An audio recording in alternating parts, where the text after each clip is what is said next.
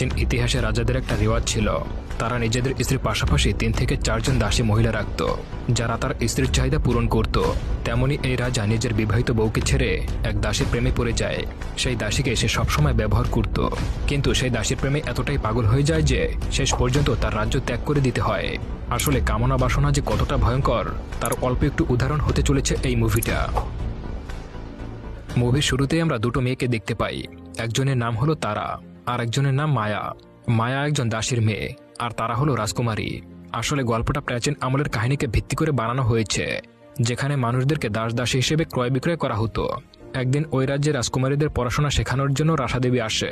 সে কামাসূত্র নিয়ে এতটাই জানে যে সব রাজারা ওর প্রেমে পাগল ছিল, আর এই মেয়ে দুটো রাসাদেবীর মতো হতে চায়। এরপর আমরা দেখতে পাই মায়া নিজের রুমে খেলছিল, আর ওখানে বিক্রম এসে ওর পেছনে লেগে যায় এবং ওখান থেকে চলে যায়। বিক্রম হলো মায়ের বড় দাদা, আর বিক্রম মায়াকে খুবই ভালোবাসে। বিক্রম মায়াকে বলে, আমরা বিয়ে করে নেব, আর আমি রাজা হব আর তুমি হবে আমার দাসী। কিন্তু মায়ের দাসী হতে একদমই পছন্দ না। এরপরে আমরা দেখি মায়া আর তারা ডান্স প্র্যাকটিস করছিল। মায়া খুব মন দিয়ে ডান্স করছিল, কিন্তু তারার কোনো ইন্টারেস্টই ছিল না। মায়া খুবই তাড়াতাড়ি ভালো ডান্স শিখে ফেলে। আসলে মায়া সবসময় চাইতো সবার মন জয় করে চলতে, তাই সে ডান্সটা দ্রুত প্র্যাকটিস করে ফেলে, যা দেখে রাজকুমারী তারার খুবই হিংসা হয়। একদিন রাজা ও রানী এদের ডান্স দেখতে আসে। তখন মায়ের ডান্স দেখে রাজা খুবই খুশি হয়ে যায়, আর বকশিস হিসেবে মায়াকে নতুন জামাকাপড় উপহার দেয়। মায়া ওই জামাকাপড় পরে খুবই খুশি হচ্ছিল, যেটা দেখে তারার খুবই হিংসা হচ্ছিল। আর তারা মায়াকে বলে, তুমি আমার বিয়েতে এই ড্রেসটা পরে আসবে, কারণ এই ড্রেসটা আমার ইউজ করা। মায়াকে সবসময় তারার ইউজ করা ড্রেস পরতে হতো, কিন্তু এই ড্রেসগুলো মায়াকে খুবই মানাতো, তাই তারা তাকে দেখে খুবই জেলাস ফিল করতে থাকে। এরপর আমরা দেখতে পাই রাজকুমার রাজ সিং এর সঙ্গে রাজকুমারী তারার বিয়ের কাজ শুরু হয়। যখন রাজকুমার রাজ সিং তারাকে দেখতে আসে, তখন মায়ের দিকে চোখ চলে যায়। তারাকে দেখার বদলে রাজকুমারী রাজ সিং মায়ের দিকে তাকিয়ে থাকে, যার ফলে তারা রেগে যায় আর সবার সামনে মায়ের মুখের উপরে থুতু দিয়ে দেয়, আর ওখান থেকে মায়াকে তাড়িয়ে দেয়। সবার সামনে তাকে অপমান করে বসে। এরপর মায়া সিদ্ধান্ত নেয় তার সাথে হয়ে যাওয়া অপমানের বদলা সে নেবেই। সন্ধ্যাবেলা মায়া সেজেগুজে কাজ করছিল, আর তখন রাজ সিং মায়াকে দেখে নেয় আর ভেবে নেয় তার বউ মায়াই হবে। এরপর রাতে মায়া মিষ্টি নিয়ে রাজ সিং এর কাছে আসে, আর রাজ সিং মায়ের দিক তাকিয়ে থাকে। এরপর তারা দুজনে ইন্টিমেট হয়, কারণ মায়া তার সাথে বদলা নিতে চেয়েছিল। এরপর মায়া ভাবতে থাকে আজ পর্যন্ত তারার ইউজ করা ড্রেস সে পরতো, এবার থেকে তারা মায়ের ইউজ করা হাজবেন্ড সে ইউজ করবে। যখন মায়া আর রাজকুমারী ইন্টিমেট হচ্ছিল, তখন বিক্রম দেখে নেয় আর রেগে ওখান থেকে চলে যায়। পরের দিন তারার বিয়ের পর বিক্রম ওর মাকে বলে সে মায়াকে খুবই ভালোবাসে আর ওকে বিয়ে করতে চায়। মায়া রাজকুমারের সঙ্গে ইন্টিমেট হওয়ার পরও বিক্রম মায়াকে বিয়ে করতে চায়। এরপর মায়া তারাকে বলে, আজ পর্যন্ত আমি তোমার ইউজ করা সব ড্রেস পরেছি, এবার তুমি আমার ইউজ করা জিনিস ইউজ করবে। এই কথা শোনার পর তারার মায়ের উপরে সন্দেহ হয়, কিন্তু কিছুই করতে পারে না। তারপর রাজ সিং এর সাথে চলে যায়। এরপরে আমরা দেখি মায়ের মাসি মায়াকে বোঝাচ্ছে বিক্রমের সাথে তাকে বিয়ে করে নিতে, কিন্তু মায়া বলে বিক্রম একজন পঙ্গু মানুষ, সে ওর সাথে বিয়ে করতে চায় না। মায়া নিজের একটা নাম বানাতে চায়, নিজের একটা পরিচয় তৈরি করতে চায় সমাজে। তারপরে বিক্রম খুব রেগে যায়। এর জন্য মায়া আর রাজ সিং এর ইন্টিমেটের কথা বলে দেয় ওর মাকে। তখন ওর মা খুব রেগে যায়। তারপর মায়াকে ওই রাজ্য থেকে মেরে তাড়িয়ে দেয়। এরপর বিক্রম তাকে ঘুঙুর দিয়ে দেয় আর বলে, তুই আগেও দাসী ছিলি, এখনো দাসী থাকবি। মায়া ওই রাজ্য ছেড়ে অন্য রাজ্যে চলে যায়। এরপরে দেখা যায় রাজকুমার রাজ সিং আর তারার বাসরাত হয়। রাজ সিং তারার সঙ্গে ইন্টিমেট করার সময় মায়ের নাম নিয়ে ফেলে, যার ফলে সে রেগে গিয়ে রাজ সিংকে সরিয়ে দেয়। তাই রাজ সিং রেগে গিয়ে ওখান থেকে চলে যায়। এরপরে আমরা দেখি মায়া একটা ঘাটে স্নান করছিল। ঠিক তখনই এক মূর্তিকার মায়াকে দেখে নেয় আর মায়ের সঙ্গে কথা বলে মায়াকে ওর সঙ্গে ওর কাজে নিয়ে যায়। তারপর জয়কুমার মায়াকে বলে সে ওর মূর্তি বানাতে চায়, তাই সে মায়ের সারা শরীর ছুঁয়ে দেখতে থাকে, যেটা মায়ের একদমই ভালো লাগে না, আর ওখান থেকে চলে যায়। জয়কুমার ওর পেছনে পেছনে চলে যায় আর বলে, আমাকে খারাপ ভেবো না, আমি এভাবেই মূর্তি বানাই। এরপর জয়কুমার মায়াকে রাসাদেবীর কাছে নিয়ে আসে আর রাসাদেবীকে বলে, এই আমার একটা বন্ধু আজ থেকে তোমার কাছে ডান্স শিখবে। পরের দিন জয়কুমার আবার মায়ের শরীর ছোঁয়ার চেষ্টা করে, কারণ ও মায়ের মূর্তি বানাতে চায়। তখন মায়া উঠে পড়ে আর বলে, তোমরা সব ছেলেরা একই রকমের, সবাই খুবই নিষ্ঠুর। জয়কুমার বলে, আমি ওরকমের না। তার পরের দিন জয়কুমার মায়াকে ছেলেদের জামা পরিয়ে একটা পতিতালয় নিয়ে যায়। ওখানে দেখাতে চায় যে বড় বড় লোকেরা এখানে এসে নতুন নতুন মেয়েদের নিলামে কিনে নেয়। সে বলে রাজা থেকে শুরু করে ডাক্তার সহ সব মানুষেরা নিজেদের কাম মেটানোর জন্য এখানে আসে। তখনই মায়া রাজ সিংকে দেখে ফেলে। রাজ সিং ওর বউ তারার সঙ্গে খুশি নেই, কারণ তারা বাসরাতে রাজ সিংকে তাড়িয়ে দিয়েছিল।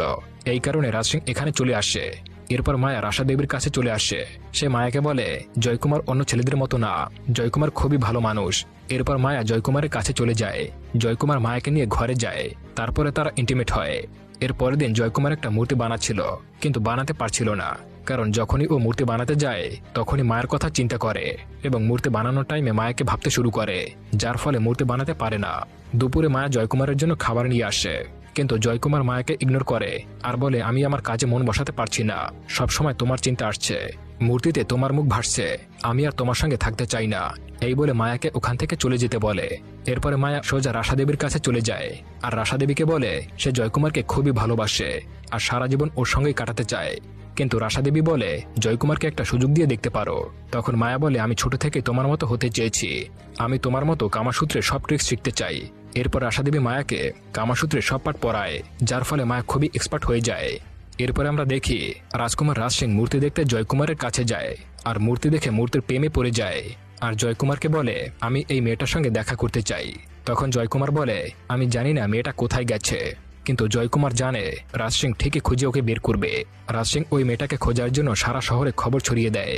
এদিকে রাসাদেবী মায়াকে পুরোপুরি রেডি করে রাজ সিং এর কাছে পাঠিয়ে দেয়। এরপর তারা যখন জানতে পারে নতুন যে দাসী এসেছে সে হলো মায়া, তখন সে মায়ের উপরে খুবই রেগে যায়। আর তখনই রাজ সিং এর মা তার কাছে চলে আসে আর তারাকে বোঝায় যে একটা দাসী কখনো মহারানী হতে পারে না। তখন সে আরো বলে, অনেক আগে থেকেই এই রীতি চলে এসেছে, রাজারা নিজেদের কাম মেটানোর জন্য দাসী রাখত। পরবর্তী সিনে দেখা যায় রাজকুমারকে অন্যরা বলছে, তোমাকে রাজ সিংহাসন নিয়ে ভাবতে হবে, কারণ অন্যরা আমাদের রাজ্য আক্রমণ করতে চলেছে। কিন্তু রাজকুমার এতটাই ডুবেছিল যে সে ওই মন্ত্রীকে বলে, তোমার কাজ প্রশাসন সামলানো। এরপর সন্ধ্যাবেলা মায়া রেডি হয়ে রাজ সিং এর কাছে চলে যায় আর রাসাদেবী সেখানে সব কৌশল ব্যবহার করতে শুরু করে। এরপর তারা ইন্টিমেট হয়। পরের দিন রাজ সিং জয়কুমারকে কুস্তি খেলার জন্য ডাকে। কুস্তি খেলায় জয়কুমার রাজ সিংকে হারিয়ে ফেলে। এখানে রাজ সিং জয়কুমারকে খুবই তারিফ করতে থাকে আর বলে, পরবর্তী দিনে তুমি যদি আমাকে হারিয়েছ তাহলে তোমার হাত কেটে নেব। সন্ধ্যাবেলা রাজ সিং জয়কুমারকে ডেকে বলে, তোমাকে মায়ের একটা মূর্তি বানাতে হবে। এদিকে মায়া তারাকে বলে, আমি তোমার বরকে চুরি করতে চাইনি, মায়া জয়কুমারকে খুবই ভালোবাসে, ছোটবেলা থেকেই আমি তোমার ব্যবহার করা জিনিস পড়েছি, আর বিয়ের দিন তুমি আমাকে অপমান করেছিলে, তার বদলা নেওয়ার জন্যই ইন্টিমেট হয়েছিলাম। পরের দিন জয়কুমারকে মায়ের কাছে নিয়ে আসা হয় তাকে দেখাতে, আর রাজ সিং মায়াকে এমনভাবে ধরে যা দেখে জয়কুমারের খুবই হিংসা হয়। তখন রাজ জয়কুমারকে বলে, ঠিক এমন একটা পোজে মায়ের মূর্তি বানাতে হবে। তখন জয়কুমার বলে, এভাবে কাজ করতে হলে মায়ের সঙ্গে আমাকে একা থাকতে হবে, আর কেউ এখানে থাকতে পারবে না। তখন রাজ সিং রাজি হয়ে যায় এবং ওখান থেকে চলে যায়। জয়কুমার মায়াকে বলে, আমি তোমাকে ছেড়ে অনেক বড় ভুল করেছি, আমাকে আরেকটা বার সুযোগ দাও। এরপর সন্ধ্যাবেলায় মায়া জয়কুমারকে বলে, আমি তোমাকে খুবই ভালোবাসি, কিন্তু আমাকে তুমি ঠকিয়েছ। জয়কুমার বলে, আমি অনেক বড় ভুল করেছি, এবার আমি তোমাকে বিয়ে করতে চাই, আমরা এখান থেকে অনেক দূর চলে যাব। এরপর তারা দুজনে সেখানে ইন্টিমেট হয়। পরের দিন দেখা যায় রাজকুমারী তারা এতটাই উত্তেজিত হয়ে যায় যে তাকে চাদর দিয়ে ঢেকে রাখতে হয়। তারপর ডাক্তার এসে যখন তাকে চেক আপ করে তখন দেখা যায় তার সমস্ত শরীরে ডাক্তার হাত বুলিয়ে দিচ্ছে। তখন ডাক্তার সব বুঝতে পারে আর মহারানীকে সব কথা বলে দেয়। তখন মহারানী খুবই রেগে যায় আর বলে, এবার নিজের বউয়ের দিকে নজর দাও আর রাজ সিংহাসনের দিকে নজর দাও, অন্য রাজ্য আমাদের রাজ্যে আক্রমণ করতে চলেছে, তুমি এদিকেও নজর দাও। তখন রাজ সিং নিজের উপরে কনফিডেন্স দেখিয়ে বলে, এরা আমার কিছুই করতে পারবে না। এরপর রাজ সিং বিক্রমকে ডাক দেয় আর ওকে পঙ্গু বলে খেপাতে থাকে। আসলে বিক্রম অন্য রাজ্যের সঙ্গে চুক্তি করে রাজ সিং এর রাজ্য দখল করতে চায়। এতে করে বিক্রম অনেক রেগে যায় আর অন্য রাজ্যের পেয়াদাদের সঙ্গে চুক্তি করে যুদ্ধের জন্য প্রস্তুতি নিতে বলে। এরপরে আমরা দেখতে পাই রাজ সিং আবারও মায়ের সঙ্গে ইন্টিমেট হওয়ার জন্য তার কাছে যায়, কিন্তু তখন মায়া ওকে সরিয়ে দেয় আর বলে, আমার মুড নেই। তখন রাজ সিং ওখান থেকে চলে যায় আর জানতে পারে জয়কুমার আর মায়া একসঙ্গে মিলে আছে, মানে তাদের ভালোবাসার কথা সে জানতে পেরে গেছে। তখন রাজ সিং খুবই রেগে যায় আর পরের দিন জয়কুমারকে কুস্তি খেলার জন্য ইনভাইট করে। আর রাজ এতটাই নেশায় মগ্ন হয়ে যায় যে তার কোনো হুঁশই থাকে না। রাজ সিং জয়কুমারকে রেগে গিয়ে মারতে শুরু করে। জয়কুমার যখন বুঝতে পারে যে রাজ তাকে মারতে চায় তখন জয়কুমার নিজেও রাজকে মারতে শুরু করে। রাজকে মারতে মারতে আধমরা করে ফেলে আর তখনই রাজ সিং এর সেনারা জয়কুমারকে ধরে নেয়। এরপর জয়কুমার ঘায়ের অবস্থা নিয়ে মায়ের কাছে চলে যায়। রাজ এসব দেখে জয়কুমারকে বন্দী করার নির্দেশ দেয় আর এমন একটা এলাকায় পাঠিয়ে দেয় যেখানে পাথর ভাঙা ছিল। তখন মায়া জয়কুমারকে বাঁচানোর জন্য তারার কাছে চলে যায়, কিন্তু সেখানে গিয়ে দেখতে পায় তারা হাতে শিরে কেটে সুইসাইড করতে চায়। তখন মায়া তারার কাছে ক্ষমা চায় আর কান্না করতে থাকে। সে আরো বলে কামাসূত্রে সকল সূত্র শিখিয়ে দেবে, তার বদলে জয়কুমারকে ছাড়তে হবে। কিন্তু তারা তখন বলে রাজ সিং আমার কোনো কথাই শুনবে না। তখন তারা বলে আমি তোমার সাথে জয়কুমারের দেখা করিয়ে দিতে পারি। এরপরে ডাক্তার দেখানোর নাম করে মায়া আর তারা জয়কুমারের উদ্দেশ্যে বেরিয়ে পড়ে।